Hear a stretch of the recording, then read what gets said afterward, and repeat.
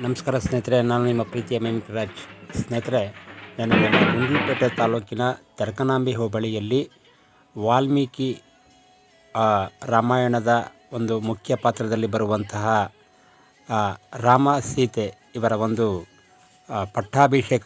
ರಾಮನ ಒಂದು ಪಟ್ಟಾಭಿಷೇಕವನ್ನು ರಾಮ ನವಮಿಯ ದಿನದಂದು ನಿನ್ನೆ ಮತ್ತು ಇಂದು ಒಂದು ತರಕನಾಂಬಿ ಹೋಬಳಿಯ ಗ್ರಾಮಸ್ಥರು ಹಮ್ಮಿಕೊಂಡಿದ್ದರು. ಆ ಕಾರ್ಯಕ್ರಮಕ್ಕೆ ನಮ್ಮ ನಾಯಕ ಜನಾಂಗದ ಮುಖಂಡರಾಗಿರ್ತಕ್ಕಂತಹ ಶ್ರೀ ಬಿಳಿಗಿರಿ ರಂಗನಾಯಕರು ಹಾಗೂ ನಮ್ಮ ಗುಂಡ್ಲುಪೇಟೆಯ ಎಲ್ಲ ನಾಯಕ ಸಮುದಾಯದ ಎಲ್ಲ ಯಜಮಾನರುಗಳು, ಗಡಿ ಯಜಮಾನರುಗಳು, ಕಟ್ಟೆ ಯಜಮಾನರುಗಳು ಎಲ್ಲರೂ ಕೂಡ ಸೇರಿ ಆ ಒಂದು ಕಾರ್ಯಕ್ರಮಕ್ಕೆ ಭೇಟಿ ನೀಡಿದ್ದರು.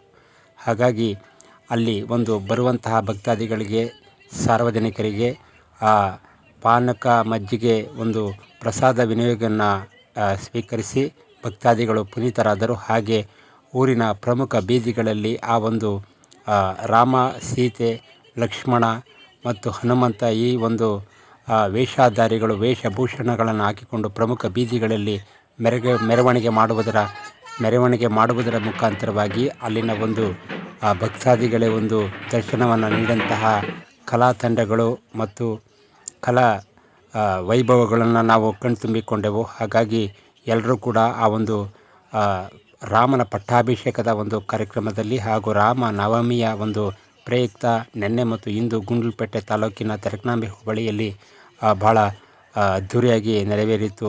ಈ ಸಂದರ್ಭದಲ್ಲಿ ನಮ್ಮ ಗುಂಡ್ಲುಪೇಟೆ ತಾಲೂಕಿನ ನಾಯಕ ಜನಾಂಗದ ಮುಖಂಡರಾಗಿರ್ತಕ್ಕಂಥ ಶ್ರೀ ಬಿಳಿಗಿರಿ ರಂಗನಾಯಕರು ಹಾಗೂ ಗುಂಡ್ಲುಪೇಟೆ ತಾಲೂಕಿನ ನಾಯಕ ಸಮುದಾಯದ ಎಲ್ಲ ಯಜಮಾನರುಗಳು, ಗಡಿ ಯಜಮಾನರುಗಳು, ಕಟ್ಟೆ ಯಜಮಾನರುಗಳು, ಇನ್ನೂ ಅನೇಕ ಯಜಮಾನರುಗಳು ಅಲ್ಲಿ ನಮ್ಮ ಗುಂಡ್ಲುಪೇಟೆ ಯಜಮಾನರುಗಳು ಅಲ್ಲಿ ಭಾಗವಹಿಸಿದರು.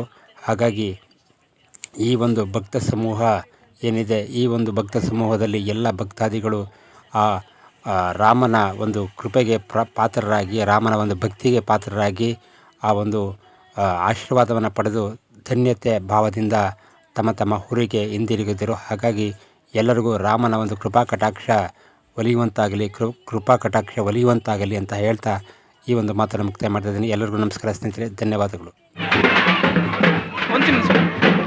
ಹಾಗೆ ನಮ್ಮ ಗುಂಡ್ಲುಪೇಟೆ ತಾಲೂಕಿನಲ್ಲಿ ವರ್ಷ ಶ್ರೀ ಪಟ್ಟಲದ ಅಮ್ಮನವರ ಜಾತ್ರಾ ಮಹೋತ್ಸವವನ್ನು ಅದ್ಧೂರಿಯಾಗಿ ಮುಂದಿನ ತಿಂಗಳು ಏರ್ಪಡಿಸಲಾಗುತ್ತದೆ. ಇನ್ನೂ ಆ ಒಂದು ಡೇಟನ್ನು ಅನೌನ್ಸ್ ಮಾಡಿಲ್ಲ. ಹಾಗಾಗಿ ಈಗ ತಾನೇ ಎಲ್ಲ ಬೀದಿಗಳಲ್ಲಿ ಓರಿಯನ್ನು ಎತ್ತುವುದರ ಮುಖಾಂತರವಾಗಿ ನಮ್ಮ ಒಂದು ಗ್ರಾಮ ದೇವತೆಯ ಶ್ರೀ ಪಟ್ಟಲದ ಅಮ್ಮನವರ ಒಂದು ಜಾತ್ರಾ ಮಹೋತ್ಸವವನ್ನು ಅದ್ಧೂರಿಯಾಗಿ ಮಾಡೋದಕ್ಕೆ ಸಕಲ ಸಿದ್ಧತೆಗಳು ಕೂಡ ನಡೀತಾ ಇದೆ. ಹಾಗಾಗಿ ಸಾರ್ವಜನಿಕರು, ಭಕ್ತಾದಿಗಳು ಹೆಚ್ಚಿನ ಸಂಖ್ಯೆಯಲ್ಲಿ ಬಂದು ಆ ತಾಯಿಯ ಒಂದು ಕೃಪಾ ಕಟಾಕ್ಷಕ್ಕೆ ಪಾತ್ರರಾಗಬೇಕಾಗಿ ತಮ್ಮಲ್ಲಿ ಸವಿನಯ ಪ್ರಾರ್ಥನೆ.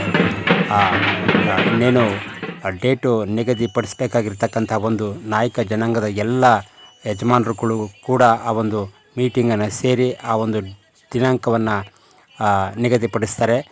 ಈಗಾಗಲೇ ಓರಿ ಎತ್ತುವಂತಹ ಕಾರ್ಯಕ್ರಮ ಮುಗಿದಿದೆ ಮತ್ತು ಆ ಒಂದು ಪ್ರಮುಖ ಬೀದಿಗಳಲ್ಲಿ ಲೈಟಿಂಗ್ಸ್ ಮಾಡುವುದರ ಮುಖಾಂತರವಾಗಿ ಹಾಗೂ ಆ ಒಂದು ಯಜಮಾನರುಗಳು ಒಂದೊಂದು ಈ ವಿಡಿಯೋ ಇಷ್ಟ ಆದರೆ ಒಂದು ಲೈಕು, ಒಂದು ಕಮೆಂಟು ಹಾಗೂ ಶೇರ್ ಮಾಡುವುದರ ಮುಖಾಂತರವಾಗಿ ಹರಸಿ ಸ್ನೇಹಿತರೆ. ಧನ್ಯವಾದಗಳು ಸ್ನೇಹಿತರೆ, ನಮಸ್ಕಾರ.